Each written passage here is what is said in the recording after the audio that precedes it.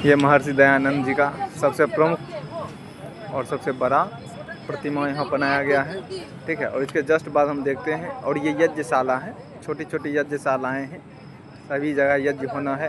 और ये हमारे महर्षि दयानंद जी का तस्वीर है, उनके जस्ट बगल में उनके द्वारा लिखित पुस्तक सत्यार्थ प्रकाश है।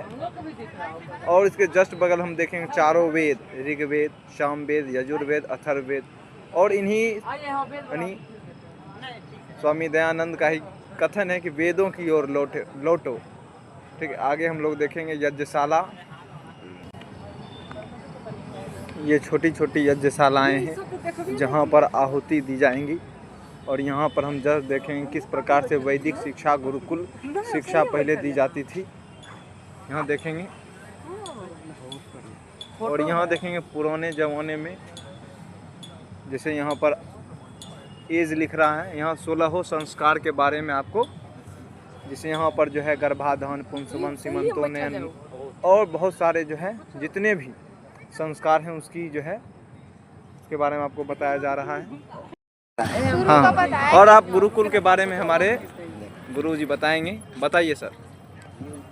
जन्म से लेकर के 8 साल तक माता पिता जी के पास संतान रहेगा, स्कूल कॉलेज नहीं जाएगा, नर्सरी में एलजी में नहीं जाएगा। 8 साल तक माता पिता, प्राचीन काल में यही होता था। हाँ, अभी वर्तमान की शिक्षा से अलग हाँ। जो श्री कृष्ण जी, रामचंद्र जी पढ़ते थे वो गुरुकुल के बाद चल रही है। तो यहाँ जन्म हुए और गुरुकुल में 8 साल में जाएगा, माता पिता छोड़ते हैं। उस तक 5-6 संस्कार होती है।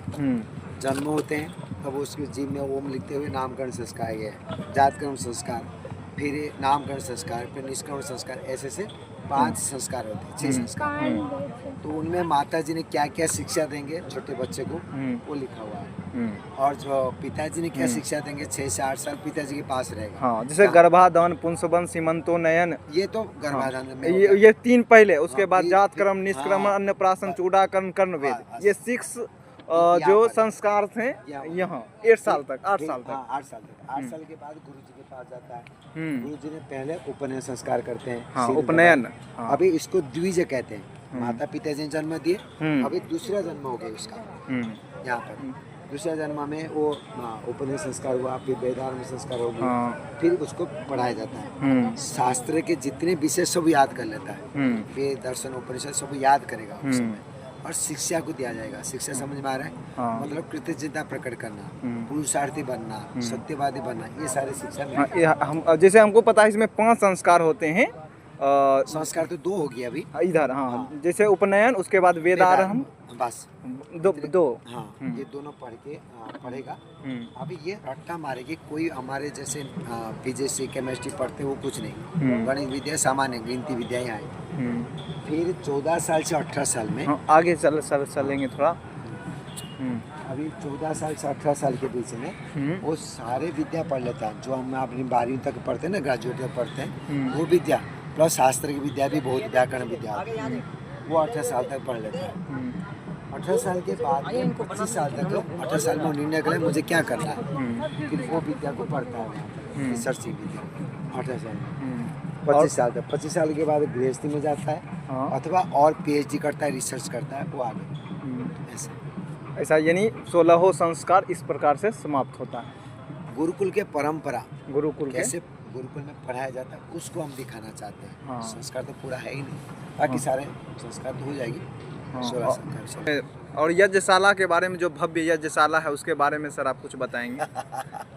यज्ञशाला, यज्ञ जो है हमारी परंपरा है, जिसमें एक लेबोरेटरी है।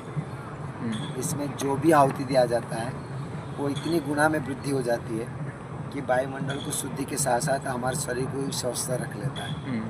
ऐसे विद्या है वो। और इसको यज्ञ कहा गया कि यज्ञ भाई श्रेष्ठतम कर्म, जितने भी खाना पीना खिलाता, परोपकार करते हैं, उससे सबसे बड़ा श्रेष्ठ पुण्य कर्म होता है यज्ञ। अग्नि में आहुति जो देते हैं, अग्नि में देवाना मुखम, जितनी देवता है उनका मुख है। ऐसे यज्ञ में लाभ है। और एक छोटी सी परमाणु और थोड़ा सा परमाणु वो 500,000 व्यक्ति को वितरण कर लेता है। आप 1 मिर्ची खा सकते हैं, 1 या 5 खा लेंगे। 1 मिर्ची को आप यदि अग्नि में डालेंगे और 500 व्यक्ति एकत्रित होंगे, 500 व्यक्ति तंग कर देगा, लेकिन 1 मिर्ची। हाँ, लोहे की तो परमाणु ना उतने ही हाँ। और एक व्यक्ति खा सकता है, लेकिन अग्नि में पड़ने के बाद इतनी गुना वृद्धि हो जाती है। ऐसे गाय के घी सामग्री में बहुत शक्ति मिल जाती है, ऐसे उपकार करता है यज्ञ। इसलिए ऋषि मुनि ने बताया कि हर कार्य में आप यज्ञ से प्रारंभ करो और सुबह शाम को तो यज्ञ करो ही करो। और मेरी गारंटी है जिसके घर में यज्ञ प्रत्येक दिन होता है वो परिवार हर समय सुखी रहेंगे, प्रसन्न रहेंगे और बढ़ते जाएंगे। कभी यज्ञ करने वाला व्यक्ति डाउन हो गया ऐसा संभव ही नहीं। ये मेरे गारंटी। ठीक। और सर ये जो छोटे छोटे 2 यज्ञ शालाएँ बनी हैं इनके बारे में बताएंगे। ये गौशाला है, इसके बाद में यज्ञशाला है। हाँ। इसके विशेष पारायण यज्ञ होता है वेदों का, और ये जो व्यक्ति आहुति देते रहते हैं, यज्ञ करते रहते हैं यहाँ पर नियमित दैनिक यज्ञ, सब अलग अलग लोग आते रहे, यज्ञ करते रहे। ये विस्तार है यहाँ पर। धन्यवाद गुरुजी। धन्यवाद। आप भी गुरुकुल में आइएगा। ठीक है। तो देखते हैं हम लोग, ये सबसे बड़ा यज्ञशाला है और सुबह के समय में हम आपको जो है यज्ञशाला के का पूरा वीडियो हम अपलोड करेंगे। उसमें बहुत सारे लगभग जो है इसमें 1 से 1.5 या 2,000 जो है यजमान बैठे थे और उसका वीडियो हम आपको कल सुबह में दिखाएंगे। और जस्ट हम यहाँ देख सकते हैं, यहाँ गौशाला है, यहाँ पर सुंदर सुंदर गायें बंधी हुई हैं, देखिए। और गायें चारा भी खा रही हैं और सबके गले में घंटी बंधी हुई है। गाय को परेशान नहीं करना है। और इसके बच्चे भी हैं गाय के।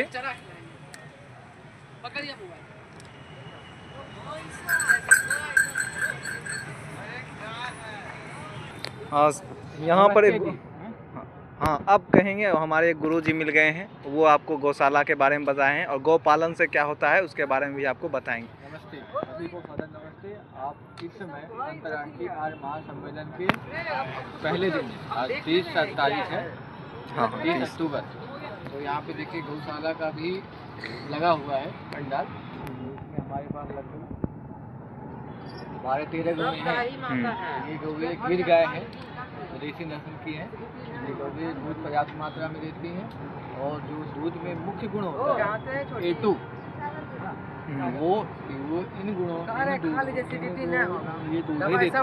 इन दूध में A2 वो विटामिन है। सामान्य जो पहाड़ी अमेरिकन गाय होती हैं ना, जर्सी वगैरह होती है, उनमें आपको वो नहीं मिलता है। तो ये विशेष गुण है, ये शरीर में विशेष ऊर्जा देता है, जिस बुद्धि के लिए, शारीरिक विकास, मानसिक विकास, वो के कारण विशेष होता है। और इसी गऊओं पे हमारा निर्भर था पहले प्राचीन काल में। गऊएं अगर दूध देती हैं तो हम दूध से मिठाई आदि बनाते हैं, घी आदि बनाते हैं। तो जिससे क्या करते हैं, यज्ञ करते हैं। और यज्ञ से क्या होता है, यज्ञ वायुमंडल, वायु जल शुद्ध होता है, वायु शुद्ध होती है तो वर्षा होती है। देखिए कैसे जुड़ा हुआ है सर्किल, तो वर्षा होती है तो अन्न उत्पन्न होता है। अच्छा है, तो इस प्रकार से एक क्रम सर्किल है, जुड़ा हुआ है। इस प्रकार से गऊओं का बहुत महत्व है।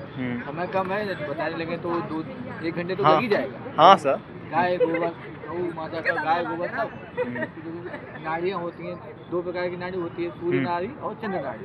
इसमें दोनों नाड़ियाँ होती हैं जो हमारे कई रोगों को नष्ट करती है। तो आपको जो गौ सेवक होता है वो प्राय आपको नहीं मिलेगा कि वो बीमार पड़ा, ऐसा नहीं मिलेगा आपको। तो गौ सेवा का बहुत लाभ है ना। सभी को सादा नमस्ते। संक्षेप में अभी इतना ही जानते हैं, बताते हैं। ठीक है, धन्यवाद। नमस्ते। ठीक, नमस्ते। और हम देख सकते हैं गौशाला के जस्ट बगल में दूध मिलता है और A2 दूध, जो हमारी देसी नस्ल की गाय होती हैं उन्हीं में ऐसा सारे गुण पाए जाते हैं। और हम लोग जो है ये सब सुर जो है रात में कर रहे हैं, ठीक है। और हमारे गुरुओं आचार्यों के द्वारा बहुत सा बात बताया गया, वो आपको जो है कल वीडियो में आपको सब कुछ मिल जाएगा, ठीक है। धन्यवाद। हम आगे अगले ब्लॉग में मिलेंगे आपसे। और ये जस्ट देख लीजिए, यहाँ पर वेद पारायण यज्ञ इस यज्ञशाला में किया जाता है, वेद की निपुणता हेतु, ठीक है। और ये ओम का लोगो, और वहाँ पर जो है देखिए यज्ञ वेदी बनी हुई है। यहाँ पर देखिए जस्ट पानी का एक स्टॉल लगा हुआ है। आइए हम उनसे बात करते हैं। जैसा कि हम अभी तुरंत जो है कुछ देर पहले हमको पता था, यहाँ पर जो है पर बोतल 10 रुपया है और 2 बोतल खरीदने पर जो है यदि वो बोतल खाली हो जाता है, वो अगर 2 खाली बोतल आप इनको देते हैं तो ये जो है एक न्यू बोतल पानी भरा हुआ देते हैं। और ये देखिए, ये इसलिए किया जा रहा है ताकि जो है इतना बड़ा प्रोग्राम है उसमें जो है कचरा ज़्यादा ना फैले। यानी बोतल इधर उधर देखते होंगे कि पूरे रेलवे स्टेशन पर या इधर उधर फेंका हुआ रहता है, तो इसकी सुरक्षा यानी क्या कह सकते हैं, साफ़ सफाई हेतु जो है इस प्रकार का। क्या यह बात सत्य है कि जो है 2 बोतल खाली देने पर आपको न्यू बोतल सही है? बोतल खाली देने पर 1 बोतल फ्री। हाँ, नहीं हम पूछ लिए ताकि जो है जो हम बोल रहे हैं ताकि ब्लॉग वाले को विश्वास हो। हाँ देखिए, और ये बात सत्य ही था। आंटी जी हमें 2 बोतल दे दीजिए, हम 2 खाली बोतल लाए हैं। एक ठेपी जो है इसके अंदर डाल के दोगे तभी देंगे। अच्छा, उससे क्या होगा? उससे है क्या, हमारे जो नियम है वो करना ही होगा ना, अभी फ्री किसी यूज नहीं होगा। अच्छा हाँ, ये मैं दोबारा यूज कोई नहीं कर सकते इसलिए। यूज नहीं कर सकते इसलिए। आंटी जी हम आपको 2 बोतल दे रहे हैं, हमें 1 बोतल दे दीजिए। आंटी जी एक तो जागरूकता अभियान चला रही है जिससे प्रदूषण ना हो। 2 बोतल इनको खाली देने पे 1 नया भरा हुआ बोतल मिलता है। थैंक यू आंटी जी। और हमारे जस्ट जो है सिक्योरिटी गार्ड हैं, आप ये इनके बारे में बताइए। इतना बड़ा सम्मेलन को संभालने के लिए कोई एक आदमी नहीं चाहिए। हमारे सिक्योरिटी गार्ड भाई साहब का भी बहुत बड़ा योगदान होता है। ये पूरा कंट्रोल करते हैं सब चीज़ को, अपना सेवा दे रहे हैं, अपना टाइम दे रहे हैं। इनका नाइट ड्यूटी भी होता है, अपने भूख रहता है लेकिन भूख को कंट्रोल करके बैठे रहते हैं। क्या अंकल जी सच बात है? बताइए अंकल जी, अभी तक खाना नहीं खाए और अभी रात के 9:30 बजे 11:30 बज रहा है। अंकल जी सच बात है? आप और ड्यूटी भी की लेकिन थोड़ा स्वस्थ भी, शरीर का भी ख्याल रखिए। और ये जो है आप कब ड्यूटी आपका कब से शुरू हो गया? आज तो 30 तारीख का रात 11:30 बज रहा है, तो आपका ड्यूटी कब से शुरू है, कितने तारीख से? और ये प्रोग्राम कब से होना शुरू हो गया है? 30 तारीख से आज से शुरू। ड्यूटी आज से शुरू है। और ये प्रोग्राम जितना भी मंडप का निर्माण है, बाकी सब साज सजाएँ जो की जा रही हैं वो कब से शुरू हो गई हैं?